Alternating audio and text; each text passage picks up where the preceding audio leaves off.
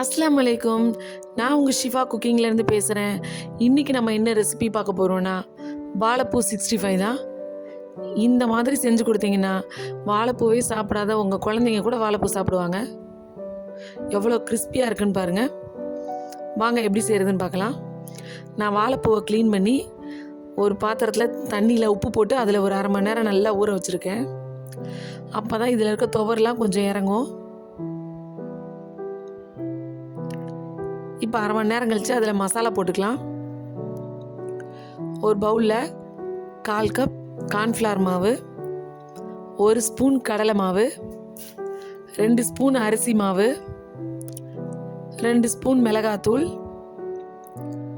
1/2 spoon தனியாத்தூள், ஒரு அரை ஸ்பூன் கரம் மசாலா, ஒரு 2 கொத்து கருவேப்பிலை, அரை ஸ்பூன் இஞ்சி பூண்டு பேஸ்ட், 2 ஸ்பூன் கெட்டியான தயிர், தேவையான அளவு உப்பு. இப்போ நான் ஒரு முட்டையை முழுசாக அப்படியே அதோட சேர்த்துக்கிறேன். மசாலா எல்லாம் போட்டாச்சு. இப்போ எல்லா மசாலாவும் நல்லா மிக்ஸ் பண்ணிக்கிறேன்.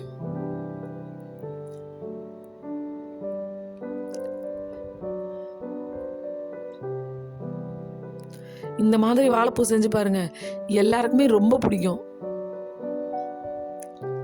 இப்போ நான் கொஞ்சமாக தண்ணி சேர்த்து இந்த மசாலையை நல்லா மிக்ஸ் பண்ணிக்கிறேன்.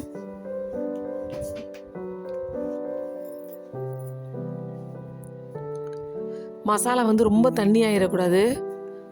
நல்லா கொஞ்சம் கெட்டியாக இருந்தால் தான் அந்த பூ மேலே அப்படியே கரெக்டாக ஒட்டும்.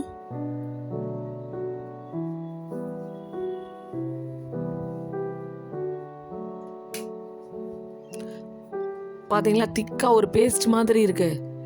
இப்போ அந்த பூவை தண்ணி இல்லாமல் நான் வடித்து வச்சுருக்கேன்.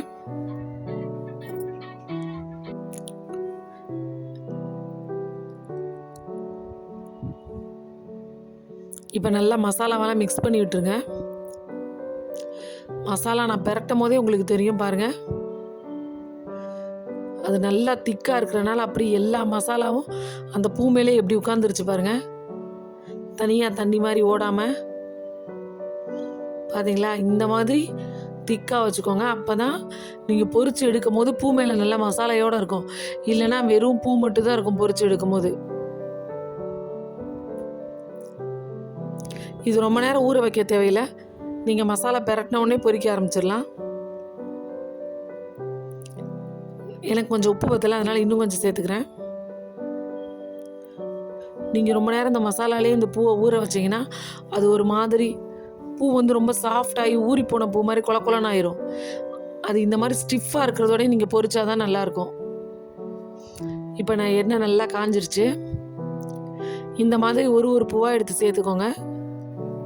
அடுப்பை ஒரு மீடியம் ஃப்ளேம்லேயே வச்சுக்கோங்க, இல்லைன்னா உடனே கருகிரும்.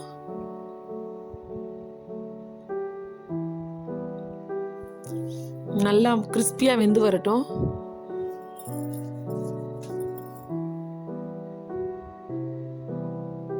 நீங்கள் அந்த பக்கம் மசாலா பெரட்டும் போதே இந்த பக்கம் எண்ணெயை காய வச்சுருங்க. நீங்கள் பெரட்டி முடித்த உடனே அதை பொரிக்கிறதுக்கு கரெக்டாக இருக்கும். அவ்வளோதான், நல்லா கோல்டு கலரில் ஃப்ரை ஆயிடுச்சு. இப்போ வெளியில் எடுத்துடலாம். பார்த்தீங்களா எவ்வளோ சூப்பராக கிறிஸ்பியாக வெந்திருக்குன்னு. நீங்களும் உங்கள் வீட்டில் இதே மாதிரி வாழைப்பூ 65 செஞ்சு பாருங்கள். செஞ்சு பார்த்துட்டு எப்படி இருக்குன்னு எனக்கு கமெண்டில் சொல்லுங்கள். என்னோட இந்த ரெசிபி உங்களுக்கு பிடிச்சிருந்துச்சுன்னா என்னோடய சேனலை லைக் பண்ணுங்கள், ஷேர் பண்ணுங்கள், சப்ஸ்கிரைப் பண்ணுங்கள். மறந்துடாமல் பெல் ஐக்கானை கிளிக் பண்ணுங்கள். அப்போ தான் நான் போடுற புது புது வீடியோஸ்லாம் உங்களுக்கு நோட்டிஃபிகேஷனில் வரும். சூப்பர். சப்ஸ்கிரைப் பண்ணுங்கள். தேங்க்யூ.